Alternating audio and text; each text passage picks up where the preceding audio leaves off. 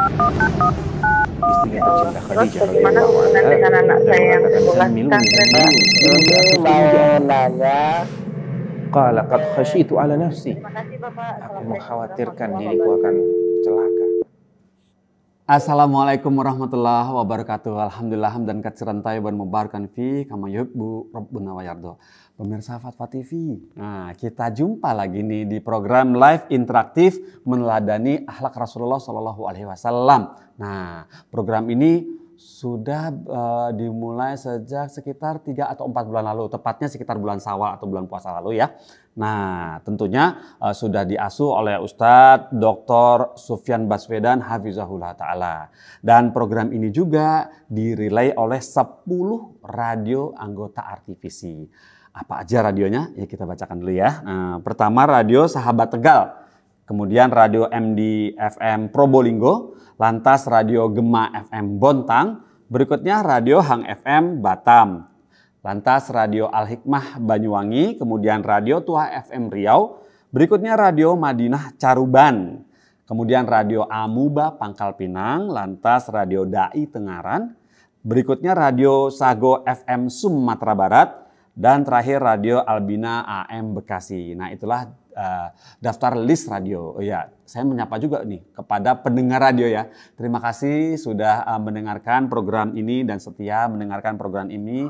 Dan kami harapkan sekali partisipasinya, teleponnya jika ada permasalahan yang butuh penyelesaian atau saran atau nasihat dari Ustadz Dr. Sufyan Baswedan Hafizahullah Ta'ala. Nah, belum afdol ya kalau kita belum menyapa Ustadznya.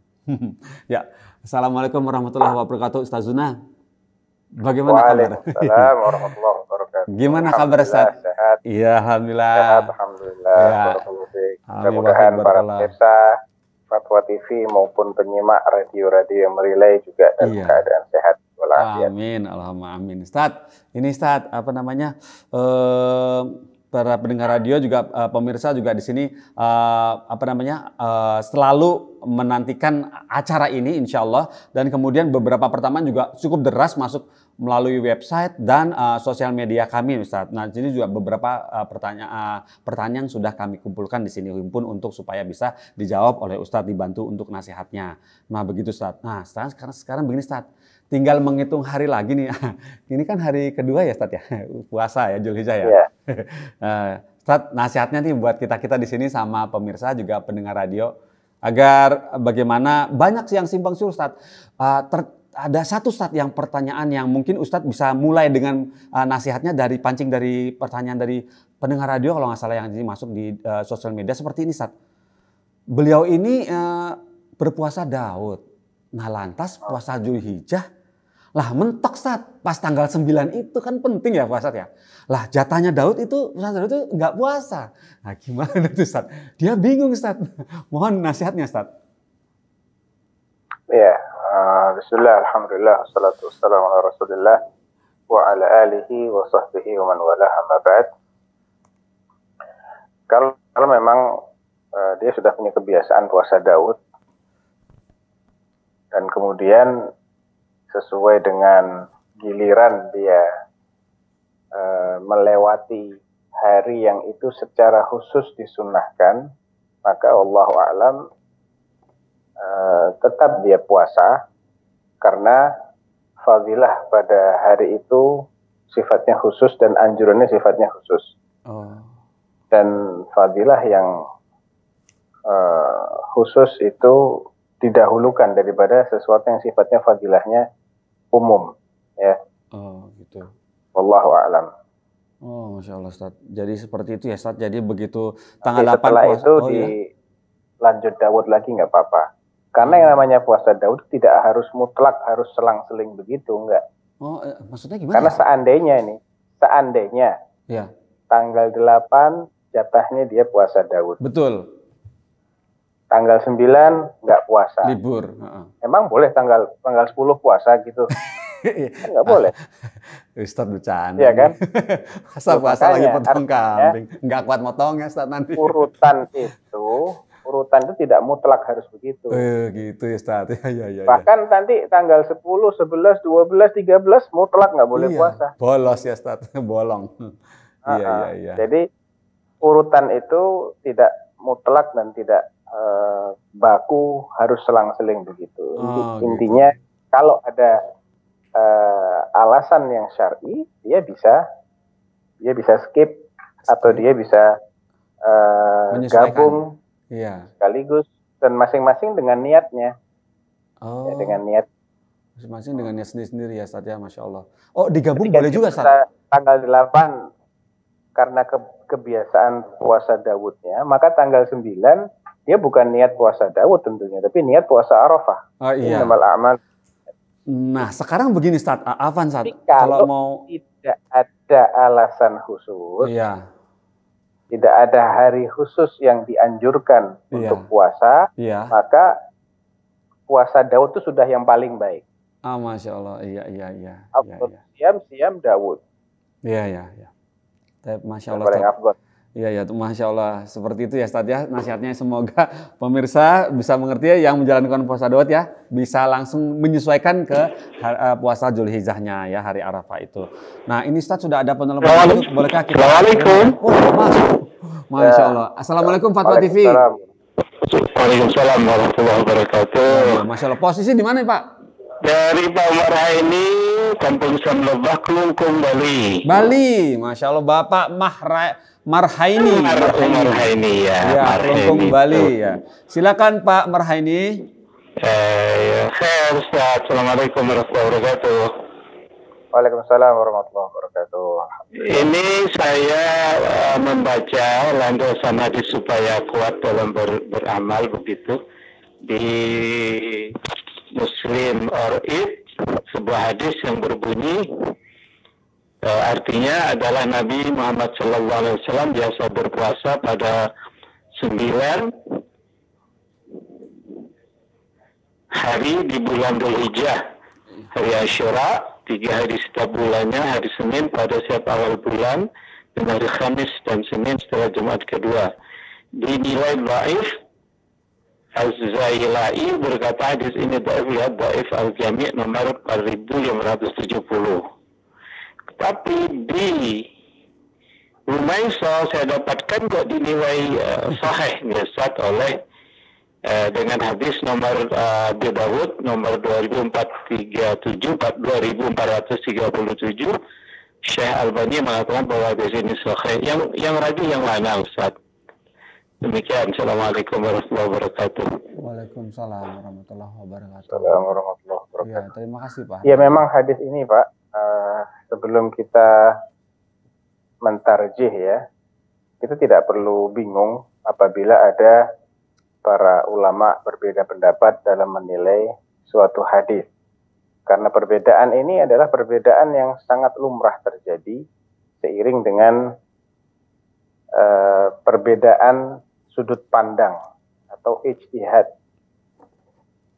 Nah, kalau ada sebagian ulama yang mendhaifkan, kemudian ada ulama lain yang menganggap itu sahih, maka di sini berarti hadis ini masuk kategori hadis yang diperselisihkan derajatnya. Dan terus terang saya belum memverifikasi secara langsung, belum meneliti secara langsung sehingga saya bisa katakan yang rajih dhaif ataukah yang rajih yang mensahihkan, yaitu Syekh Al-Albani di sini.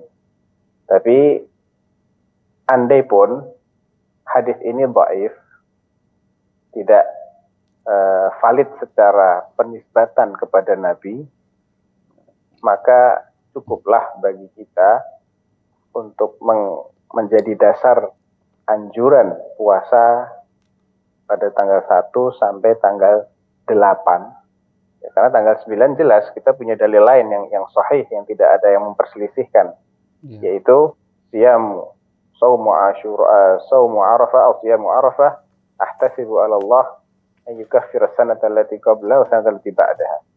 Puasa pada hari Arafah aku harapkan bisa menjadi kafarah bagi dosa-dosa kecil setahun yang lalu dan setahun yang akan datang. Kalau yang tanggal 9 kan jelas, hadisnya jelas. Ya, Nabi juga melakukan itu. Yang diperselisihkan berarti 1 sampai 8.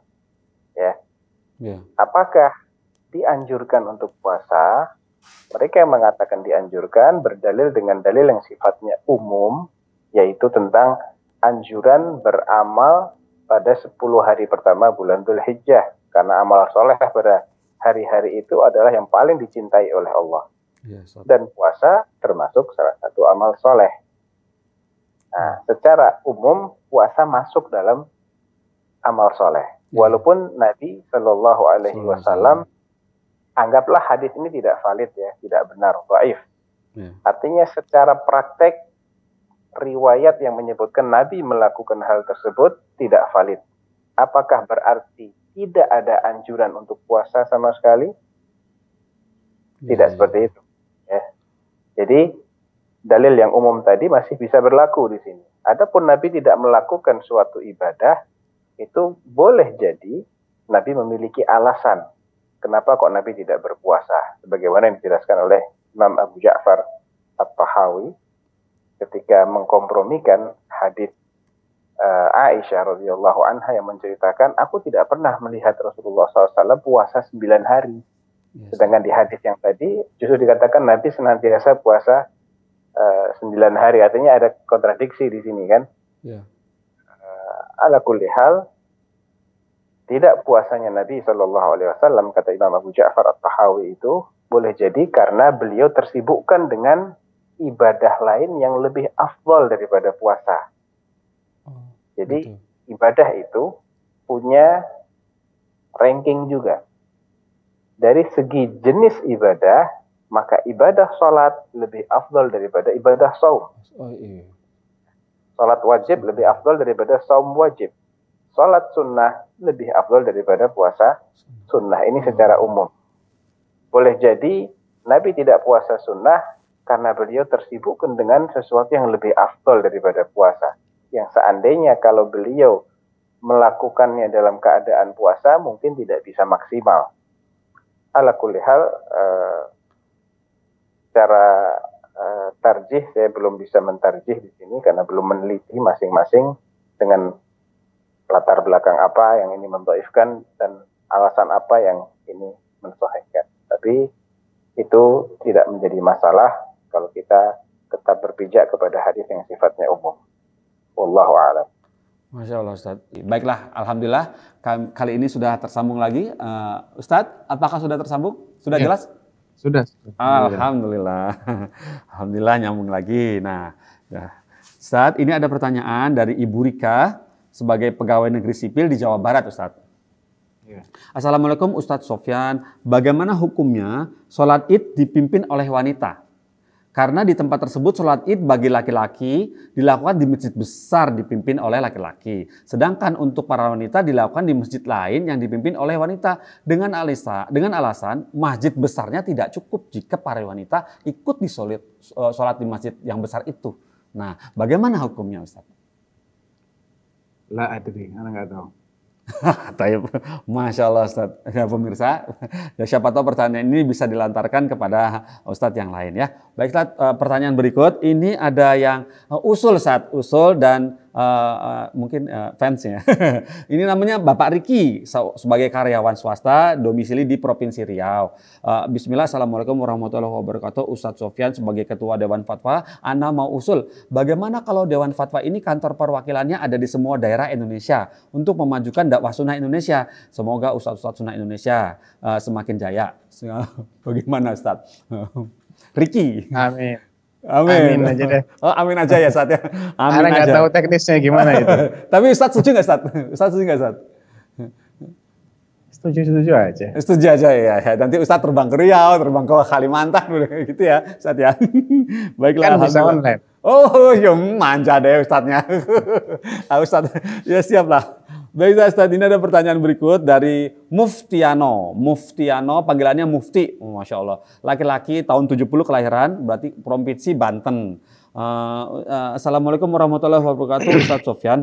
Ada dua pertanyaan. Jika kita ternyata belum diakikohkan oleh orang tua, maka apakah boleh kita memotong kambing atau sapi dan menitipkannya ke panitia kurban untuk dipotong dan distribusikan seperti hewan kurban lainnya? Namun niatnya kita adalah mengakikahkan diri kita sendiri. Nah itu pertama. Kedua, afdol mana? akikoh dengan 2 ekor kambing atau 1 ekor sapi? Dengan alasan umumnya warga lebih menyukai daging sapi, gitu Ustadz. Mohon jawabannya. Terkait dengan boleh tidaknya menitipkan penyembelihan kambing untuk akikoh dan pendistribusian dagingnya, ya boleh-boleh saja, nggak ada masalah. Alhamdulillah. Yang penting ini untuk akikoh, ya. Yang untuk kurban dia sendiri. Masya Allah. Tapi kalau akikoh diganti dengan sapi, Ana nggak tahu tuh sunnahnya apa. Karena Nabi SAW anil ghulami syatani mukafiatan. Wa anil mar'ati syatun.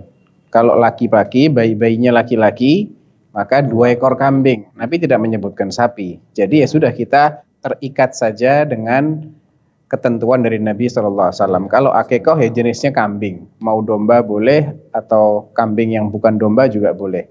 Jangan diganti dengan sapi. Tapi kalau kurban, memang ada 3 pilihan. Onta, atau sapi, atau kambing. Oh iya, Ustaz, betul. Masya Allah. Ya seperti itu ya, seperti itu ya Ustaz ya. Jadi seperti itu Bapak Muftiano di Banten.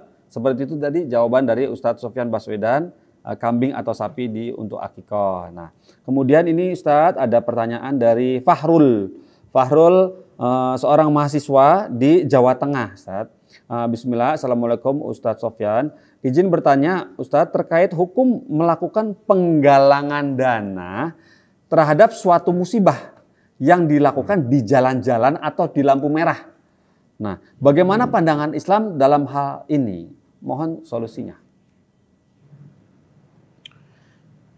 Ya, secara hukum asal sih boleh-boleh aja, tapi harus diperhatikan ya. Artinya jangan sampai itu menjadi stigma negatif bagi kaum muslimin atau bagi agama yang mereka anut.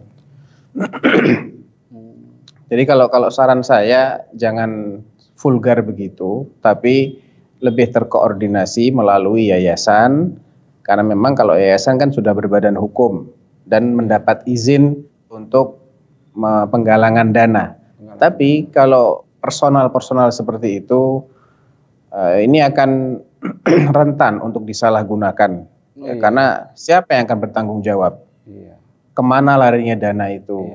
Ya, apakah betul laporan keuangan juga tidak jelas, dan ini juga membuat citra negatif ya bagi orang yang menggunakan atribut-atribut keislaman. Jadi solusinya adalah melalui lembaga-lembaga yang sudah memang mendapatkan izin untuk penggalangan dana dan ada yang memonitor, bisa dipertanggungjawabkan dan begitu. Iya, karena memang banyak sekali ya kejadian seperti ini, Ustaz. Sering kita lewati nih setiap beberapa lampu merah ya seperti itu, terutama di Jakarta. Baiklah Ustaz, alhamdulillah seperti itu. Jazakallahu atas jawabannya, nasihatnya kepada Pak Fahrul. Semoga mahasiswa bisa dipahami ya tadi. Jangan ikut-ikutan narik dana di lampu merah. Baiklah Ustaz, ini sudah ada penelpon masuk. Kita boleh sapa ya Ustaz ya. Assalamualaikum Fatwa TV. Waalaikumsalam warahmatullahi wabarakatuh. Masya Allah. Ibu siapa di mana? Dengan Umu Atarik di Jakarta. Umu Atarik di Jakarta. Silakan Umu Atarik. Oke. Saya pengen tanya tentang kurban, boleh ya? Boleh Bu, silakan Bu. Ya. Jadi begini Ustaz. Saya ini ibu rumah tangga, tapi kebetulan saya juga kerja. Kemudian tahun ini saya berkorban untuk atas nama orang tua saya yang sudah almarhum. Iya. Ya, kebetulan kan suami saya juga korban untuk saya dan anak-anak saya. Beda gitu, tapi saya korban sendiri untuk orang tua saya. Boleh nggak ya Ustadz? Taib, kalau Ibu menanyakan tentang sunnah, maka Nabi SAW tidak mensyariatkan kurban untuk, ini orang tuanya sudah meninggal atau masih hidup Bu? Sudah meninggal. Ya, almarhum ya.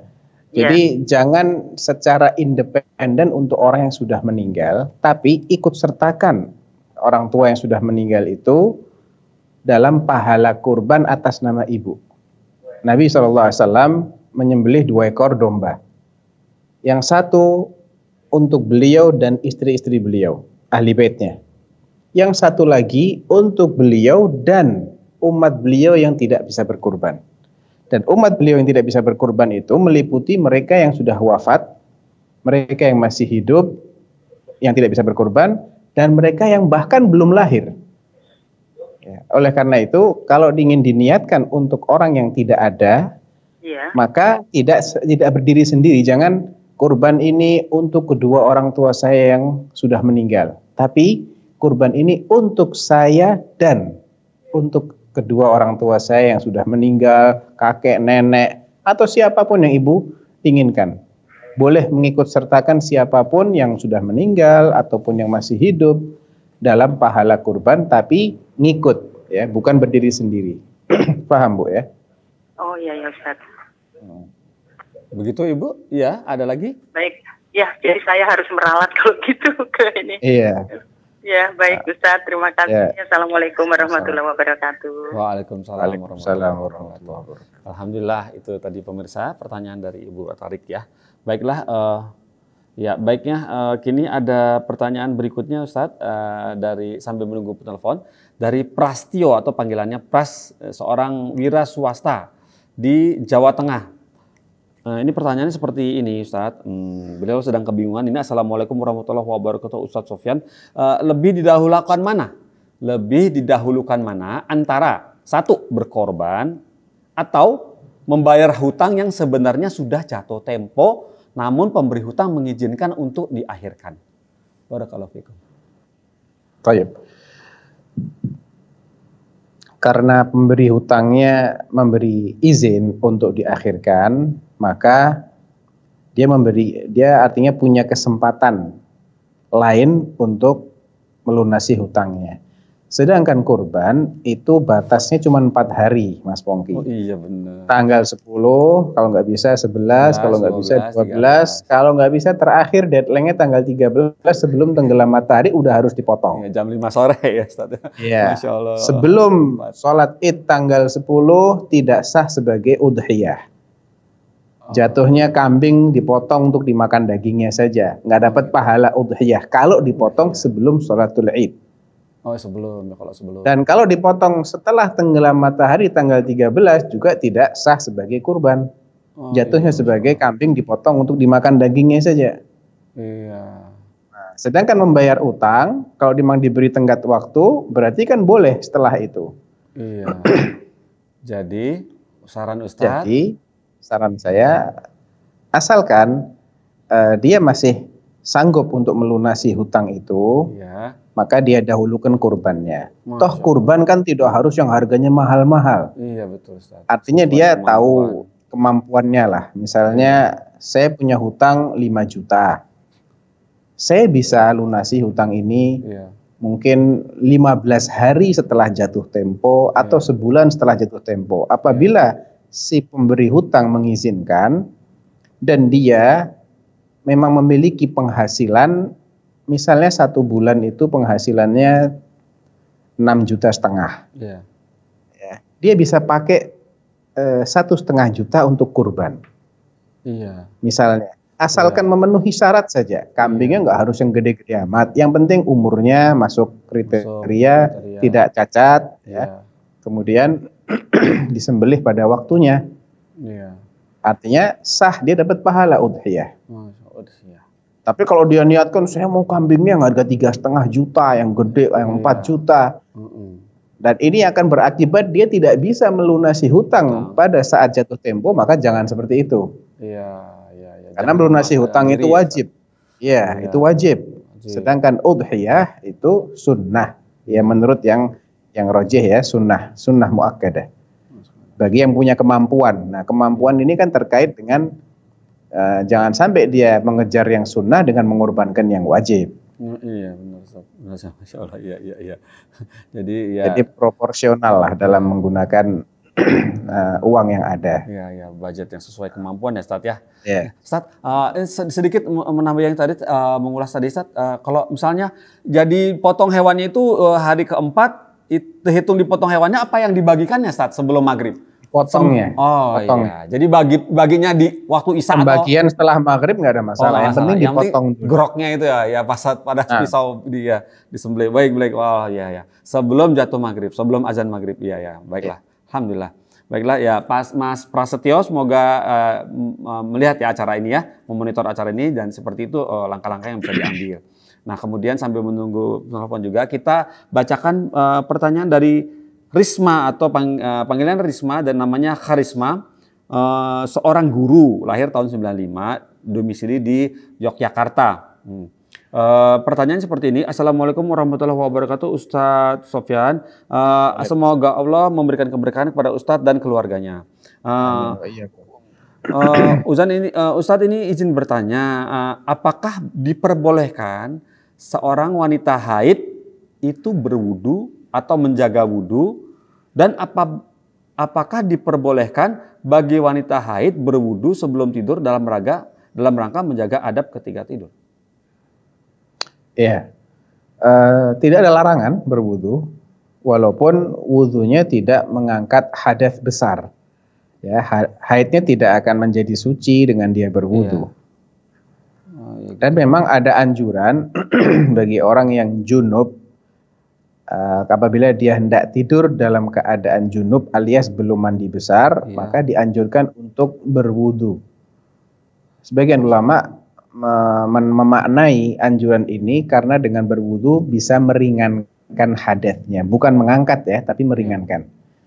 Nah, kalau kita ingin kiaskan yang haid dengan yang junub, ya boleh-boleh saja, walaupun ini kiasnya tidak sama persis ya. Kalau junub itu kan ya anytime bisa mandi, bisa selesai janabahnya. Kalau yang haid kan tidak bisa. Tapi secara sama-sama dia sebagai hadas besar, insya Allah tidak ada masalah ketika dia berwudu terlebih dahulu sebelum tidur. Ya. Tapi ini sekali lagi berangkatnya dari kias, bukan dari dalil yang sifatnya nas. Iya, Ustaz. Masya Allah, Ustaz. Baiklah, seperti itu ya, Ustaz ya. Jazakallah Ustaz atas Ibu Risma atau Ibu Karisma ya, semoga menyaksikan acara ini, dan itulah nasihat dari Ustaz ya, boleh berwudu katanya. Terus kemudian ini pertanyaan dari Safira, seorang mahasiswi mungkin ya, Safira mahasiswi dari domisili di Jakarta, tahun 99 lahirnya. Kemudian, Assalamualaikum warahmatullahi wabarakatuh, Ustadz Sofyan, apakah dengan mendengar murotal surat Al-Quran dalam Al-Quran yang sudah kita hafal, terus kita ikuti bacaannya, apakah itu termasuk membaca Al-Quran? Atau seperti murojaah saja? Termasuk. Asalkan dia ikut membaca, walaupun hanya dengan gerakan bibir, itu termasuk membaca. Jadi dia dapat pahala menyimak sekaligus membaca. Tapi yang afdol ya, kalau kita mendengarkan bacaan ya kita menyimak. Wa idza quri'al Qur'an fastami'u lahu wa ansitu la'allakum turhamun. Apabila dibacakan Al-Qur'an, maka dengarkanlah, simaklah, dan tenang dalam menyimak. Jadi yang disunnahkan, yang disyariatkan adalah kita menyimak pembacaan Al-Quran. Kecuali kalau murotalnya memberi jeda. Dibacakan ayat, kemudian ada jeda, dia bisa mengulang. Ya, ada sebagian aplikasi atau software yang sifatnya untuk mentalkin bacaan. Jadi ada jeda antara satu ayat dengan ayat berikutnya agar pendengar bisa mengikuti. Maka itu akan lebih sesuai dengan tuntunan. Jadi dia menyimak dulu, kemudian baru dia ikuti. Sebagaimana firman Allah, la tuharrik bihi lisanaka lita'jala bih. Ketika Nabi SAW dibimbing oleh Jibril, ditalkin untuk membaca Al-Quran, Nabi ingin cepat-cepat menghafal. Jangan, kata Allah, jangan kau cepat-cepat menggerakkan lisanmu untuk segera menguasai. Inna alaina jam'ahu wa qur'anah fa idza qara'na fattabi' qur'anah. Sesungguhnya tugas kamilah yang mengumpulkannya pada hatimu dan membacakannya. Maka ketika kami sudah membacakan, baru engkau ikuti. Jadi sunnahnya kalau ingin membaca dengan menyimak murattal, ya bisa dengan cara misalnya tiap selesai satu ayat di pause dulu. Atau di pause atau di stop dulu. Ya. Kemudian dia ikuti. Kemudian lanjut lagi. Kalau dia ingin membaca, di pause lagi, dia baca. Ya, itu lebih sesuai dengan tuntunan. Nah, ya, Masya Allah, begitu solusinya Ustaz ya, Masya Allah, jazakallah Ustaz. Buat kita di sini juga kadang-kadang seperti begitu kita lagi kendaraan umum gitu atau apa lagi. Ya, cuman kalau anak-anak, anak-anak sih nggak apa-apa ya, karena memang sulit kalau dan apa namanya, mereka kan menghafalnya secara alami gitu ya. Mereka mendengar karena sering mendengar, tiba-tiba mereka hafal sendiri. Masya Allah, Ustaz. Ya, alhamdulillah. Seperti itu solusinya ya Ustaz ya. Baiklah Mbak Safira, seperti itu jawaban dari Ustaz Dr. Sofyan Baswedan. Baiklah Ustaz, ini ada pertanyaan berikutnya dari Ririn As-Sawal. Panggilannya Ririn, seorang mahasiswi Provinsi Sumatera Selatan. Pertanyaan seperti ini, Assalamualaikum warahmatullahi wabarakatuh Ustaz Sofyan. Seringkali kita membuat suatu acara, rundown acara yang pertama adalah pembacaan ayat suci Al-Quran. Apakah hal ini dibolehkan, boleh atau disyariatkan, atau ini termasuk bid'ah? Mohon pencerahannya. Insya Allah nggak termasuk bid'ah ya, karena memang Al-Quran itu banyak berkahnya dan selagi itu tidak dianggap sebagai sunnah, artinya selalu lebih afdol kalau kita memulai suatu seremonial dengan pembacaan ayat Al-Quran. Selagi tidak ada keyakinan seperti itu, maka insya Allah tidak menjadi bid'ah. Jadi hukumnya bagus-bagus saja, boleh-boleh saja. Tapi apakah Nabi menyunnahkan seperti itu? Nah, untuk mengatakan begitu kita perlu dalil. Oh gitu. Ya, kalau khutbah Jumat ya beliau mendahului. Itu pun bukan di awal-awal sekali, tapi setelah beliau innal hamdalillah nahmaduhu wa nasta'inuhu wa nastaghfiruh. Kemudian beliau membaca 3 ayat itu ya. Ya ayyuhalladzina amanu taqullaha haqqa tuqatih. Itu kan bagian dari Al-Qur'an. Iya. Ya ayyuhan nasu taqu rabbakumul ladzi khalaqakum. Kemudian ayat di surat Al-Ahzab itu. Iya. Masya Allah. Ini boleh-boleh aja, bagus-bagus aja. Cuman jangan jadikan rutinitas. Karena tidak setiap beliau mengadakan acara atau khutbah, beliau mendahulunya dengan ayat Al-Quran juga enggak begitu. Oh gitu. Tapi umumnya kalau di Indonesia juga acara-acara besar sering kayak begitu juga, sering kayak begitu juga. Ya asalkan kita tidak meyakini itu sebagai sunnah. Oh, itu dia kuncinya. Karena untuk menetapkan ini sebagai sunnah, sunnah yang sifatnya mutlak, harus ada dalil khusus di situ. Iya. Baiklah, alhamdulillah. Seperti itu Ustaz ya. Alhamdulillah, ngerti. Baiklah Ustaz, ini apa namanya, semoga dapat dipahami ya Mbak Ririn tadi. Baiklah, ini berikutnya dari Hidi. Mas Hidi Susanto, panggilannya Mas Hidi. Oh, alhamdulillah, ini ada telepon masuk Ustaz, kita sapa dulu Ustaz ya. Boleh ya? Iya. Ya, baiklah. Boleh. Siap. Baiklah. Assalamualaikum Fatwa TV. Waalaikumsalam warahmatullahi. Masya Allah. Dari Ibu siapa, di mana? Dari Silmah, dari Kebumen. Ibu? Imah? Mbak Silmah. Iya, silakan Ibu. Dari Kebumen ya, silakan Bu. Ya, Assalamualaikum Ustaz. Waalaikumsalam warahmatullahi wabarakatuh. Apa mau bertanya, ya, misalkan seorang wanita bersuci dari haidnya itu sudah menjelang maghrib. Apa dia berkewajiban sholat zuhur dan asar atau hanya asar saja Ustaz? Soalnya pernah mendengar ada yang mengatakan harus sholat zuhur dan asar, ada juga yang mengatakan cukup sholat asar aja, begitu Ustaz. Jazakumullah khairan. Oh iya, kalau memang waktu yang tersisa itu tidak mencukupi untuk sholat zuhur dan sholat asar, maka yang wajib ya hanya sholat asar saja. Tapi kalau seandainya mencukupi untuk 2 sholat, ya sholat duhur dulu selesai 4 rakaat, kemudian sholat asar 4 rakaat, maka sebagian ulama mengatakan seperti itu.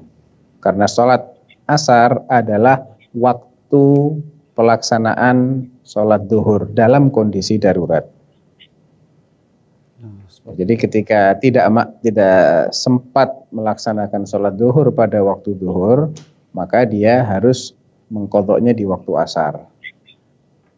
Gitu. Tapi ini juga sifatnya bukan bukan dalilnya dalil yang qat'i ya. Karena sejatinya si wanita ini meninggalkan sholat duhur maupun sholat asar sampai dia bersih itu dengan alasan syar'i, dengan udzur syar'i. Bukan karena dia sengaja tidak sholat, padahal dia wajib sholat, bukan kan? Oleh karena itu, ini sifatnya anjuran saja. Jadi tidak bersifat wajib mutlak dia harus sholat asar menjelang habisnya waktu itu. Seandainya itu memang memungkinkan, maka dia sholat asar, karena waktu asar masih ada kan. Tapi tentang sholat duhurnya ini bagaimana? Nah, untuk mengatakan dia wajib sholat duhur, itu sifatnya anjuran saja, berangkat dari istimbat, bukan yang bersifat dalil qat'i. Wallahu a'lam. Lebih baik sih sholat duhur, tapi untuk mengatakan harus, ya sebagian ulama mengatakan begitu, tapi tidak menjadi suatu kesepakatan dalam hal ini. Baik, Masya Allah, seperti dari Jakarta Ustaz, Ibu yang di Kebumen, semoga dapat dipahami ya jawaban dari Ustaz seperti itu.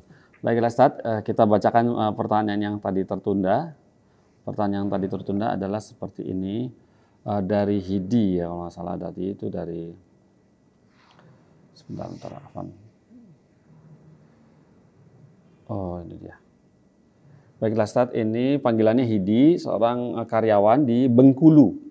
Assalamualaikum warahmatullahi wabarakatuh. Ustaz Sofyan, izin bertanya, ketika seseorang masih mempunyai hutang puasa di bulan Ramadan, namun ingin melaksanakan puasa sunnah di bulan Dzulhijjah, manakah yang lebih afdal? Apakah membayar hutang terlebih dahulu atau melaksanakan puasa sunnah Dzulhijjah?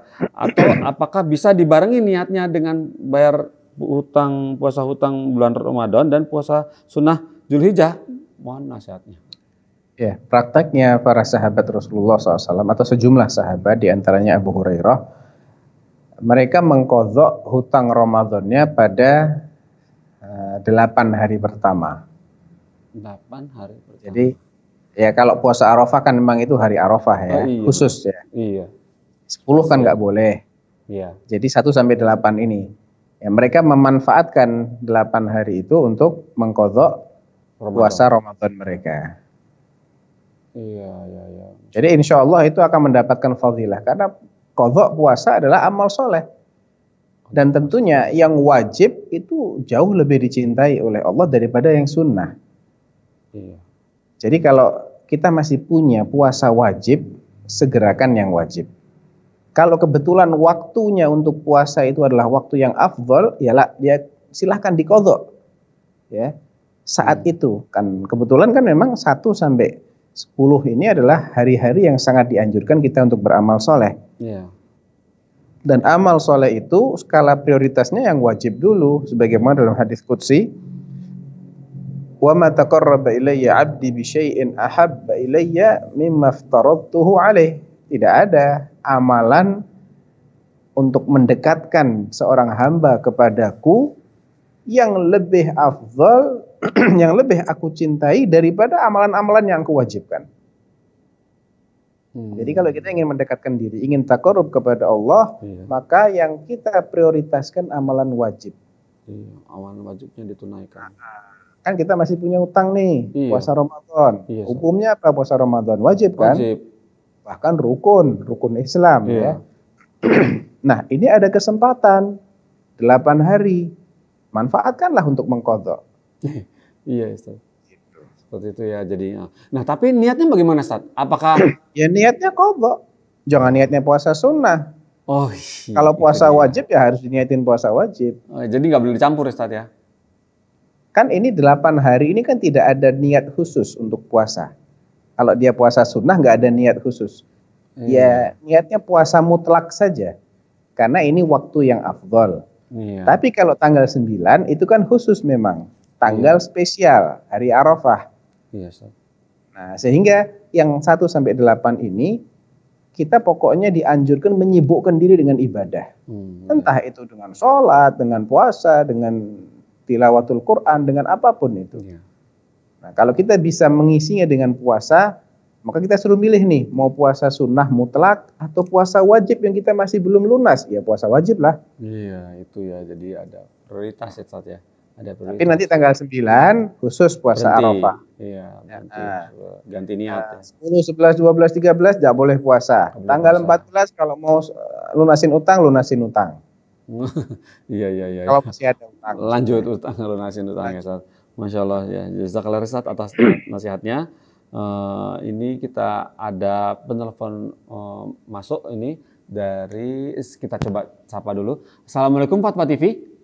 Waalaikumsalam warahmatullahi wabarakatuh. Ya, dari siapa Bu? Di mana? Dari Umu Yodi, Pekanbaru. Oh iya, Umu Yodi. Silakan Umu Yodi. Ini Ustadz ada titipan pertanyaan dari member di Rosa Islamiyah. Oh iya, silakan Ibu. Tentang hadis. Saya pernah dengar hadis, siapa yang menanti waktu sholat, kelak Allah akan mendahulukan hisabnya saat di padang mahsyar. Seperti itu kira-kira bunyinya. Apakah sahih, Ustaz? Saya tidak tahu Bu ya. Baru dengar seperti itu. Oh, gitu. Menunggu datangnya waktu sholat itu memang dianjurkan. Iya. Itu bahkan dianggap mendapatkan pahala yang orang yang sedang sholat. Jadi orang selesai sholat zuhur misalnya, dia duduk di masjid, tidak ada yang menghalangi dia untuk meninggalkan masjid kecuali karena dia menunggu datangnya waktu asar, maka dia dianggap seperti orang yang sholat sejak selesai zuhur sampai datangnya waktu asar. Masya Allah. Wala yazalu fi salatin man tadhara shalah.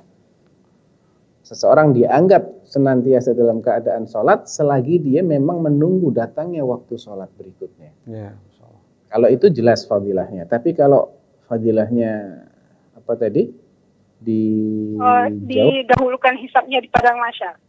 Didahulukan hisabnya di padang mahsyar, saya tidak tahu. Tapi memang sholat itu adalah amalan yang pertama kali dihisab, Bu. Ya, inna awwal ma yuhasabu alaihi al-'abdu min amalihi sholatuh. Sesungguhnya amalan yang pertama kali akan dihitung itu adalah amalan sholat. Jadi boleh jadi itu memang punya keterkaitan ya, sebab akibat. Cuman kalau redaksinya seperti itu saya tidak tahu. Oh ya, baik Ustaz. Satu lagi Ustaz. Ya, silakan Ibu. Itu apa? Waktu mustajab untuk berdoa antara azan dan iqamat itu kan waktu yang mustajab untuk berdoa. Itu apakah berlaku juga untuk seperti ibu-ibu yang di rumah mendengar azan atau harus yang di masjid? Kalau memang iqamahnya juga disuarakan, Bu, ya insya Allah berlaku juga. Berlaku juga insya Allah. Oh, iya. Kalau memang iqamahnya terdengar ya. Tapi kalau tidak terdengar iqamahnya, Allahu a'lam, karena kita tidak tahu kapan itu akan berakhir. Iya, betul. Tapi insya Allah Ibu nggak usah kecil hati, kan ada waktu-waktu lain untuk berdoa. Ya, seperti misalnya ketika Ibu sholat. Ibu sholat, Ibu dalam keadaan sujud atau menjelang salam, Ibu berdoa di situ. Ya, di akhir-akhir sholat, artinya sebelum salam ya. Itu adalah waktu mustajab untuk doa. Di sepertiga malam terakhir. Ya, kemudian misalnya waktu selepas sholat asar hari Jumat, itu juga waktu yang mustajab. Masih banyak kesempatan yang lain insya Allah. Baik. Jazakallah khairan Ustaz. Ya. Waalaikumsalam. Terima kasih Umu Yodi atas partisipasinya menelpon ke Fatwa TV ya. Baiklah Ustaz, itu tadi sudah Ustadz jawab. Baik, ini ada pertanyaan masih seputar Idul Adha, Ustaz. Pertanyaan melalui ini, namanya Sayyid Ridho Robbani, panggilannya Ridho. Kemudian ini lahir tahun 94, pekerjaannya perawat, Provinsi Sumatera Barat. Pertanyaannya, Assalamualaikum warahmatullahi wabarakatuh, Ustadz Sofyan. Saya mau bertanya, bolehkah menggabungkan niat sholat Idul Adha dengan sholat Isra atau Suruk? Oh iya, gimana nih? Nggak boleh ya, karena itu ibadah yang masing-masing. Pertama, sholat syuruk itu sendiri, kalau yang kami rojihkan di Dewan Fatwa, tidak ada ibadah yang namanya sholat syuruk. Tidak ada. Yang ada adalah itu sholat duha, tapi dilakukan di awal waktu. Ya, tidak disyariatkan melakukan ibadah dengan nama sholat syuruk. Ini ada masalah khilaf memang ya, berangkat dari derajat hadisnya sendiri bagaimana. Iya. Kami telah mengeluarkan fatwa beberapa waktu yang lalu, berdasarkan penelitian kami, derajat hadisnya dhaif. Iya. Artinya itu tidak cukup dijadikan sebagai landasan untuk menetapkan ibadah sholat yang namanya sholat syuruk. Iya. Tapi kalau diniati sebagai sholat duha, sah-sah saja.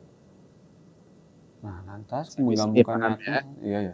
Nah, artinya ini sholat duha. Kalau mau dilakukan maka diniati sebagai sholat duha. Nah, sholat duha itu sholat yang memang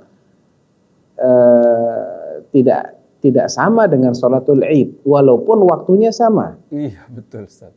Gitu loh. Kan sama-sama sunnah juga. Sama-sama sunnah, tapi sholat duha ini tidak dibatasi pada tanggal segitu. Oh iya. Dengan tata cara diikuti dengan khutbah setelahnya. Iya. Oh iya, benar. Nggak begitu gitu loh. Sehingga sholatul Id ini sholat yang sendiri, beda dengan sholat yang dilakukan di waktu duha secara mutlak, secara umum. Sehingga niatnya harus sholatul Id. Kalau enggak nanti nggak dapat pahala Id. Kalau setelah itu mau sholat duha, nanti yang lebih afdal adalah sudah agak siang. Sholatul awwabina hina tarmidul fisal, kata Rasulullah. Sholatnya al-awwabin, orang-orang yang kembali kepada Allah, yang rajin bertaubat itu ketika anak-anak unta itu mulai kepanasan sehingga dia mulai berdiri. Tadinya dia rebahan karena matahari sudah kencang, cukup tinggi, keras, cukup kencang, dia nggak kuat lagi. Nempel di mulai kepanasan dia. Nah itu biasanya sudah agak siangan. Jam 11. Ya, justru itulah waktu yang paling afdal untuk sholat duha. Oh iya, Masya Allah. Sedangkan sunnahnya sholatul Id itu disegerakan. Begitu masuk waktu duha, beliau menyegerakan sholatul Id, terutama Idul Adha, agar segera bisa memotong udhiyahnya, kemudian memakan dan terlepas dari pantangan, potong kuku, potong rambut. Iya. Iya, Masya Allah, seperti itu Ustadz ya. Jadi sholat tidak bisa dicarikan satu niatnya, dan kemudian sholat syuruk itu adalah sholat duha di awal waktu gitu Ustadz ya. Baiklah. Ini, Masya Allah, ada penelpon masuk, udah detik-detik terakhir nih. Masih punya berapa waktu lagi kira-kira? Ada waktu 6 menit ya? 6 menit. Nah, ini kita layani penelpon masuk, bismillah. Assalamualaikum Fatwa TV. Waalaikumsalam warahmatullahi wabarakatuh. Ya, Bapak siapa di mana? Dari Abu Fadlan di Jawa Timur, Bapak. Abu Fadlan di Jawa Timur. Masya Allah. Silakan Abu Fadlan. Assalamualaikum Ustaz Sofyan. Waalaikumsalam warahmatullahi wabarakatuh. Semoga Ustaz dan kru Fatwa selalu sehat. Amin. Ustaz, mau tanya Ustaz. Apakah bisa dikatakan bid'ah ketika kita mengkhususkan sedekah atau amalan tertentu yang dilakukan khusus hari Jumat, Ustaz? Misal saya mau sedekah nih, tapi masih hari Senin, besok aja nunggu hari Jumat. Gitu Ustaz. Terima kasih Ustaz. Masya Allah. Iya, waalaikum. Ya, silakan Ustaz. Mengkhususkan sedekah di hari Jumat. Sedekah di hari Senin di pending Ustaz, pending, tunggu Jumat datang. Ntar nyawanya nggak nyampe Jumat. Nah itu dia makanya. Gimana? Allahu a'lam ya. Apakah saya juga nggak berani katakan itu bid'ah. Karena hari Jumat punya fadilah memang, Sayyidul Ayyam, ya, Yaumul Jum'ah. Akan tetapi kalau dia senantiasa begitu, semua sedekahnya khususkan hari Jumat, nah, itu menguatkan kemungkinannya untuk menjadi bid'ah. Menguatkan. Ya. Artinya semakin kuat nuansa bid'ahnya atau aroma bid'ahnya karena dia melazimi sesuatu.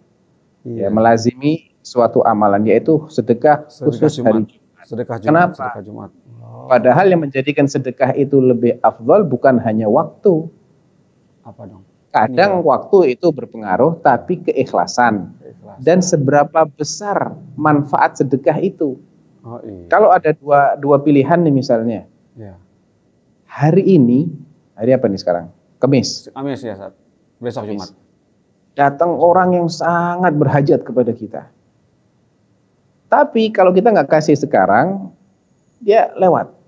Iya. Besok Jumat, kita akan sedekah, tapi kita nggak tahu seberapa besar manfaat sedekah kita ini. Bagi orang itu. Maka yang lebih afdal yang hari Kamis. Oh, iya.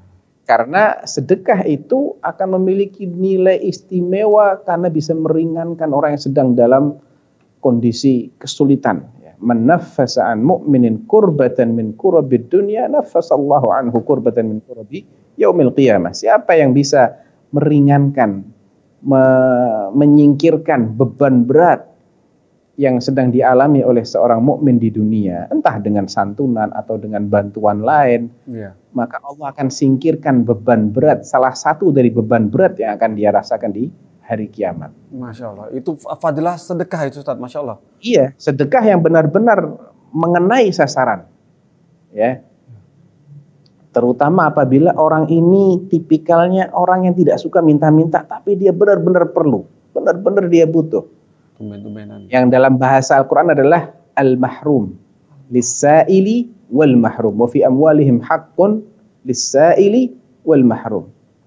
Pada harta mereka itu ada hak bagi siapa? Bagi orang yang memang minta-minta atau bagi orang yang tidak minta-minta. Dia ingin menjaga harga dirinya. Dia butuh tapi dia nggak minta-minta. Nah, ini lebih berhak dan lebih perlu untuk kita perhatikan karena jarang ada orang yang tahu kondisinya dia. Misalnya orang-orang yang dahulu dia punya pekerjaan, ya, tiba-tiba dia di PHK, kehilangan pekerjaan. Coba tanyakan bagaimana keadaan mereka. Ya, itu lebih perlu untuk kita santuni dan insya Allah pahalanya lebih besar walaupun tidak di hari Jumat. Ya, Masya Allah. Jazakallah Ustaz. Seperti itu ya jawabannya, Masya Allah. Jadi sedekah Jumat sebaiknya tidak menjadi wajib ya Ustaz ya. Bagi sedekah secepat mungkin dan semanfaat mungkin ya Ustaz ya. Seperti itu ya. Kalau kebetulan memang di hari Jumat lebih memudahkan bagi dia untuk bersedekah, orang ngumpul di masjid, dia kasih nggak apa-apa. Tapi jangan dijadikan sebagai rutinitas dengan keyakinan itu paling dianjurkan secara khusus ya, secara terus-menerus begitu. Masya Allah Ustaz. Baik Ustaz, Masya Allah. Jazakumullah khairan Ustaz atas nasihatnya dan pencerahannya kepada sharing ilmunya kepada kita-kita di sini di studio dan pemirsa Fatwa TV juga pendengar radio ya. Alhamdulillah kita sudah dengarkan. Udah nambah lagi insya Allah ilmunya ya. Semoga dapat kita amalkan. Semoga Allah juga berikan taufik untuk bisa mengamalkan apa yang sudah disarankan oleh Ustadz Dr. Sufyan Baswedan Hafizahullah pada sore hari ini. Ustadz, kami berterima kasih Ustadz atas waktu yang diluangkan untuk kami ini. Alhamdulillah. Ya juga pemirsa radio kami dari studio kerabat kerja juga mohon maaf.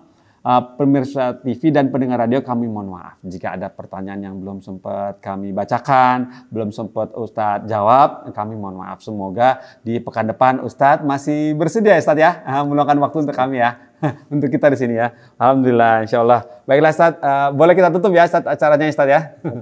Baik, kita tutup ya. Baiklah pemirsa, sampai ketemu lagi insya Allah di pekan depan bersama Ustadz Dr. Sufyan Baswedan Hafizahullah Ta'ala. Baiklah. Subhanallah wa bihamdika asyhadu an la ilaha illa anta astaghfiruka wa atubu ilaika. Wassalamualaikum warahmatullahi wabarakatuh. Terus bagaimana hubungan dengan anak saya yang sekolah pesantren? Saya nanya, qala qad khasyitu ala nafsi. Terima kasih Bapak. Aku mengkhawatirkan diriku akan